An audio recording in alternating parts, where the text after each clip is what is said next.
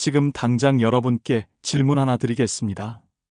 만약 지금 이 순간 혼자 집에 계신데 갑자기 가슴이 쥐어짜듯 아프기 시작한다면 가장 먼저 무엇을 하시겠습니까? 기침을 하시겠습니까? 가슴을 두드리시겠습니까? 아니면 물을 마시러 가시겠습니까? 솔직히 말씀드리면 이 중 어느 것도 여러분을 살리지 못합니다.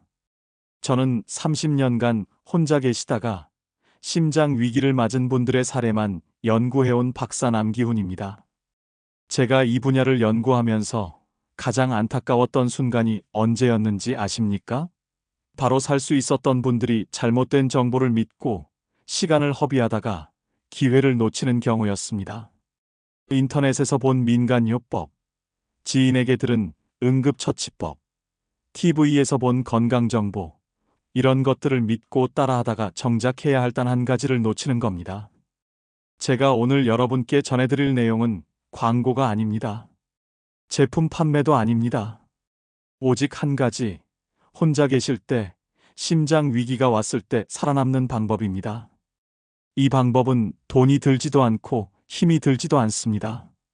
단지 알고 있느냐 모르고 있느냐의 차이일 뿐입니다. 그런데 이 차이가 생과 사를 가릅니다. 지금까지 이 내용을 모르고 계셨다면 댓글로 1번을 남겨주세요. 알고 계셨다면 0번을 남겨주세요. 제 지인분의 어머님 이야기를 들려드리겠습니다. 이 어르신은 78세 되신 분인데요. 혼자 사시면서 매일 새벽 5시면 일어나셔서 하루를 시작하십니다. 그런데 어느 날 새벽 화장실에 다녀오시려고 일어나는 순간 가슴 한가운데가 돌로 짓누르듯 무거워지기 시작했습니다.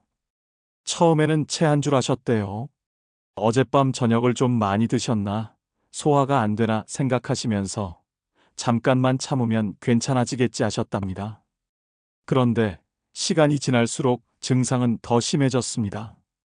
식은땀이 등을 타고 흘러내리고 왼쪽 팔 안쪽으로 묵직한 통증이 퍼져나갔습니다. 숨을 쉬는 것조차 힘들어졌습니다. 이 순간 이 어르신은 정말 다행스럽게도 몇 달 전에 제가 지인을 통해 전해드렸던 이야기를 떠올리셨습니다. 바로 휴대폰부터 잡으라는 것, 신고부터 먼저 하라는 것, 그리고 현관문을 열고 문 근처에 앉아 있으라는 것이었습니다. 이 어르신은 떨리는 손으로 휴대폰을 잡고 신고를 하셨고 비틀거리면서도 현관문까지 가서 문을 활짝 열어두셨습니다. 그리고 문 바로 옆 바닥에 주저앉아서 구급대를 기다리셨습니다. 이 작은 습관 하나가 이 어르신의 생명을 구했습니다. 만약 안방에 누워서 참고 계셨다면, 만약 기침을 하거나 가슴을 두드리면서 시간을 보내셨다면, 만약 문을 닫아둔 채로 있었다면 결과는 완전히 달랐을 겁니다. 오늘 이 영상에서 말씀드릴 내용은 여러분의 생명을 지키는 완전히 다른 접근법입니다. 이 이야기를 끝까지 듣고 실천하셔야만 진짜 위기의 순간에 살아남을 수 있습니다. 혹시 아직 구독과 좋아요를 누르지 않으셨다면 지금 바로 눌러주세요. 이 채널은 여러분의 건강한 노년을 진심으로 응원합니다. 그리고 이런 중요한 정보를 더 많은 분들이 알 수 있도록 공유도 부탁드립니다. 끝까지 보지 않으시면 가장 중요한 생존 방법을 놓치게 됩니다. 자, 그럼 이제부터 우리 일상에서 심장 위기와 직접 연결되는 잘못된 행동들을 하나씩 짚어보겠습니다. 가장 먼저 말씀드리고 싶은 건 잘못된 대처법을 맹신하는 습관입니다. 여러분 주변에서도 이런 이야기 들어보셨을 겁니다. 심장이 아프면 기침을 세게 하라, 가슴을 주먹으로 두드려라, 이런 방법들 말이죠.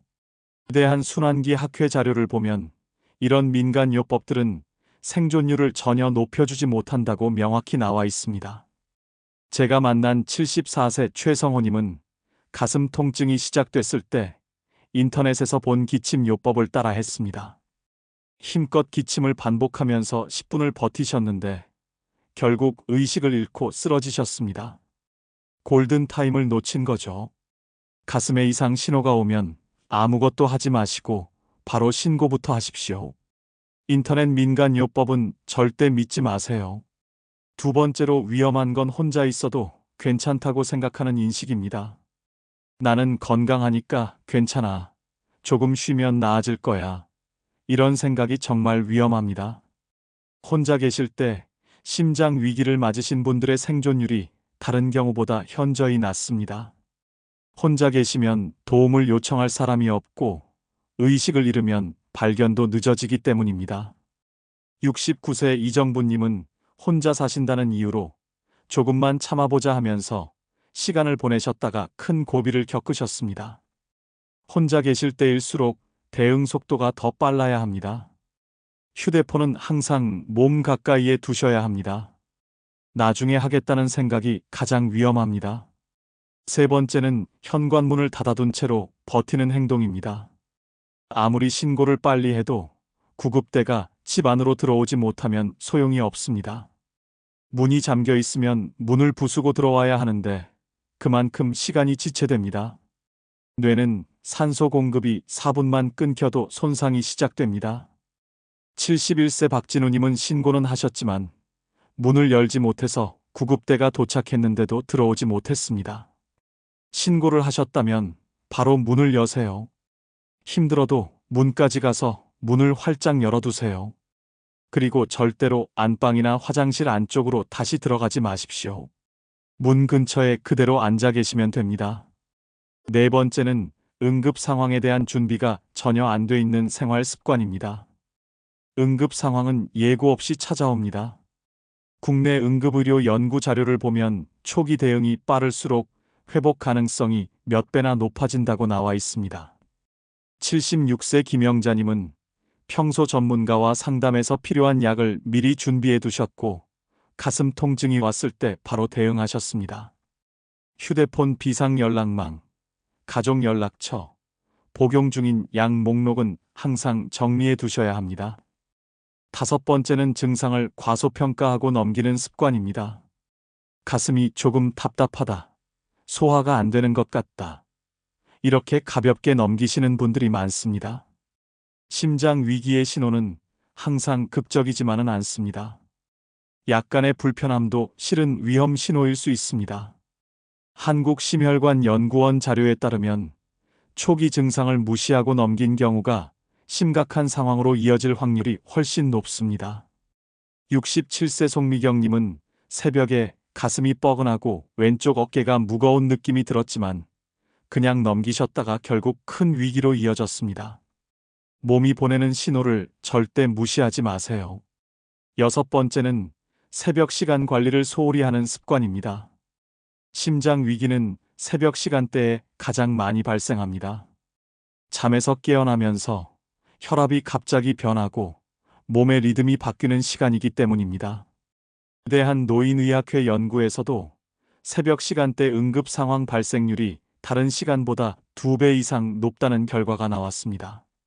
73세 황인숙님은 새벽에 화장실을 가려다가 갑자기 어지러우면서 가슴이 조이는 느낌을 받으셨지만 미리 들어둔 주의사항을 기억하고 바로 신고하셨습니다. 새벽에 일어나실 때는 절대 벌떡 일어나지 마세요. 침대에 앉아서 천천히 몸을 깨우고 휴대폰은 반드시 침대 바로 옆에 두시고 주무셔야 합니다. 이제 이런 위험한 행동들을 어떻게 바꿔야 하는지 이어서 말씀드리겠습니다. 휴대폰 사용 습관부터 다시 점검해 보겠습니다. 여러분의 휴대폰은 생명줄입니다. 신고만 연결돼도 도움은 시작됩니다. 휴대폰 충전 상태를 항상 확인하셔야 합니다. 밤에 주무시기 전에 꼭 충전하시고 아침에 일어나면 배터리 확인하세요. 잠잘 때도 반드시 침대 바로 옆 손만 뻗으면 닿는 곳에 두세요. 화장실 갈 때도 가지고 가시고 거실에 계실 때도 옆에 두세요. 휴대폰 없이는 절대 움직이지 마십시오. 요즘 휴대폰은 전원 버튼을 여러 번 누르면 자동으로 신고되는 기능이 있습니다. 이런 기능 활용하시면 위급할 때 큰 도움이 됩니다. 집안에서 이동하는 동선도 신경 써야 합니다. 특히 새벽 이동이 가장 위험합니다. 잠에서 깨어나면 혈압이 급격히 변하고 몸이 아직 완전히 깨지 않은 상태입니다. 절대 벌떡 일어나지 마세요. 먼저 침대에 앉아서 심호흡을 몇 번 하세요. 그 다음 침대 가장자리에 앉아서 발을 바닥에 내려놓고 30초에서 1분 정도 기다리세요. 몸이 완전히 깬 느낌이 들면 그때 천천히 일어나세요. 화장실 갈 때도 서두르지 마시고 벽을 짚으면서 천천히 가세요. 특히 새벽에는 불을 켜고 움직이세요. 집 구조를 활용하는 방법도 중요합니다. 응급 상황이 생기면 문 근처가 가장 발견이 빠릅니다. 이상 신호가 느껴지면 절대 안방이나 화장실 안쪽으로 들어가지 마세요. 현관 쪽으로 나오세요. 힘들더라도 문까지 가서 문을 열고 바로 그 자리에 앉으세요. 바닥에 주저앉아도 괜찮습니다. 중요한 건 문 바로 옆에 있는 겁니다. 구급대가 들어오자마자 여러분을 발견할 수 있어야 합니다. 평소에 현관 근처에 방석이나 쿠션을 하나 놔두시는 것도 좋습니다. 몸을 조이는 것들도 정리해야 합니다. 혈류를 방해하면 상황이 더 악화됩니다. 잠잘 때 조이는 옷을 입고 주무시는 분들이 계신데 이게 좋지 않습니다. 목 부분이 조이는 옷, 허리 부분이 조이는 옷은 다 벗고 주무세요. 편안한 잠옷으로 갈아입으시고 몸이 자유로운 상태로 주무셔야 합니다. 낮에도 타이트한 벨트는 풀어주시고 목에 두른 스카프도 너무 꽉 조이지 않게 하세요. 몸 어디든 압박받는 느낌이 들면 바로 풀어주세요. 가족이나 이웃과의 연결도 꼭 만들어야 합니다. 혼자 준비를 다 해놓으셔도 주변 사람들이 모르면 효과가 반감됩니다. 오늘 제가 말씀드린 내용을 가족들에게 꼭 전해주세요. 이런 상황이 생기면 이렇게 대처하겠다고 미리 말씀해 두세요. 정기적으로 안부 전화를 주고받는 약속을 만드세요. 혼자 사시는 분들은 이웃과도 관계를 만들어 두시면 좋습니다. 가끔 인사하시고 얘기 나누세요. 요즘은 스마트폰 앱으로 안부 확인하는 서비스도 있습니다. 정해진 시간에 버튼을 안 누르면 자동으로 가족에게 알림이 가는 시스템이죠. 실제 대처 순서도 명확히 정리해 두셔야 합니다. 순서를 적어서 눈에 잘 보이는 곳에 붙여두세요. 침대 옆 벽에, 화장실 거울에, 냉장고 문에 붙여두시는 겁니다. 첫 번째 휴대폰 잡기, 두 번째 119 신고하기, 세 번째 현관문 열기, 네 번째 문 근처에 앉기. 이렇게 네 가지만 기억하시면 됩니다. 큰 글씨로 적어서 여러 군데 붙여두세요. 매일 보다 보면 자연스럽게 외워집니다. 가끔 연습도 해보세요. 실제로 그 동작을 따라 해보는 거죠. 몸으로 익혀두면 진짜 위급할 때 자동으로 움직입니다. 평소 컨디션 관리도 놓치지 마세요. 심장 건강은 매일매일의 작은 습관이 쌓여서 만들어집니다. 충분한 수면, 규칙적인 식사, 적당한 운동이 중요합니다. 특히 혈압 관리를 꼭 하세요. 혈압이 높으면 심장에 부담이 갑니다.